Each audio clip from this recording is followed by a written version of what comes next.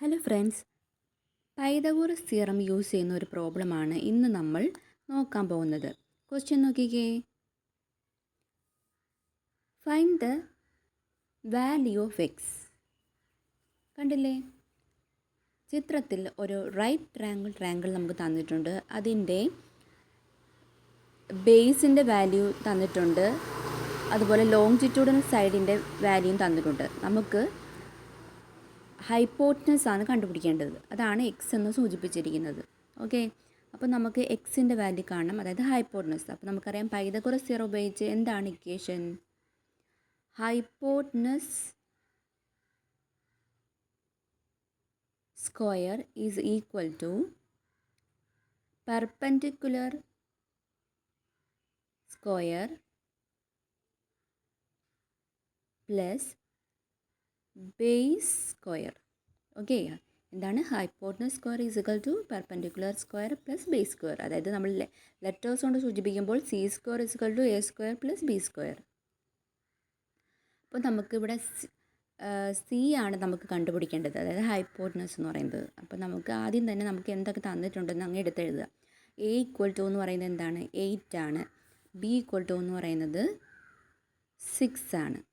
എന്നിട്ട് നമ്മൾ ഈ തന്നിരിക്കുന്ന സി ആണ് കണ്ടുപിടിക്കേണ്ടത്. ഈ തന്നിരിക്കുന്ന വാല്യൂ നമ്മൾ ഈ ഇക്വേഷനിലോട്ട് സബ്സ്റ്റിറ്റ്യൂട്ട് ചെയ്ത് കൊടുക്കണം. അപ്പോൾ C square is equal to A സ്ക്വയറിൻ്റെ സ്ഥാനത്ത് 8 സ്ക്വയർ പ്ലസ് ബിയുടെ സ്ഥാനത്ത് 6 സ്ക്വയർ.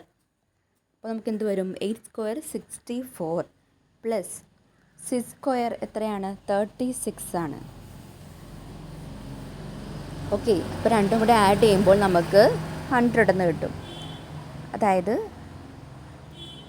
സി സ്ക്വയർ ആണ് 100 എന്ന് നമുക്ക് കിട്ടിയിരിക്കുന്നത്. നമുക്ക് കണ്ടുപിടിക്കേണ്ടത് സി ആണ്. അപ്പോൾ എന്ത് ചെയ്യണം?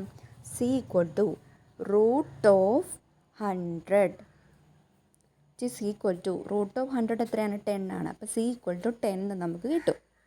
ഓക്കെ, അപ്പോൾ മനസ്സിലായില്ലേ? ഇങ്ങനെയാണ് നമ്മൾ പൈതഗോറസ് തിയറം ഉപയോഗിച്ച് ഹൈപ്പോട്ടനസിൻ്റെ വാല്യൂ കണ്ടുപിടിക്കുന്നത്. ഓക്കെ, ഒന്നും കൂടെ പറയാം. Hypotenuse square is equal to എന്താണ്? Perpendicular square plus base square ആണ്. അപ്പോൾ നമുക്കിവിടെ എന്താണ്? നമുക്കതിനെ C square equal to A square plus B square എന്ന് എഴുതാം. നമുക്ക് തന്നിട്ടുള്ള വാല്യൂ എല്ലാം equal to 8, B equal to 6 എല്ലാം നമുക്ക് തന്നിട്ടുണ്ട്. അത് ഇക്വേഷനിൽ സബ്സ്റ്റിറ്റ്യൂട്ട് ചെയ്യുക. അപ്പോൾ C square equal to 8 square plus 6 square എന്ന് കിട്ടും. അങ്ങനെ 8 സ്ക്വയർ, അങ്ങനെ നമുക്ക് 64 plus 36 C square equal to 100 C equal to root of 100 എന്ന് കിട്ടും. സി ഈക്വൽ ടു 10 എന്ന് കിട്ടും. ഓക്കെ അല്ലേ? മനസ്സിലായില്ലേ? അപ്പോൾ നിങ്ങൾ എൻ്റെ വീഡിയോ നിങ്ങൾക്ക് ഇഷ്ടപ്പെടുന്നുണ്ടെങ്കിൽ നിങ്ങൾ ലൈക്ക് ചെയ്യുക, ഷെയർ ചെയ്യുക, കമൻറ്റ് ചെയ്യുക. അതുപോലെ ആദ്യമായിട്ടാണ് എൻ്റെ ചാനൽ കാണുന്നതെങ്കിൽ നിങ്ങളൊന്ന് സബ്സ്ക്രൈബ് ചെയ്യാൻ മറക്കരുത്. Okay, thank you.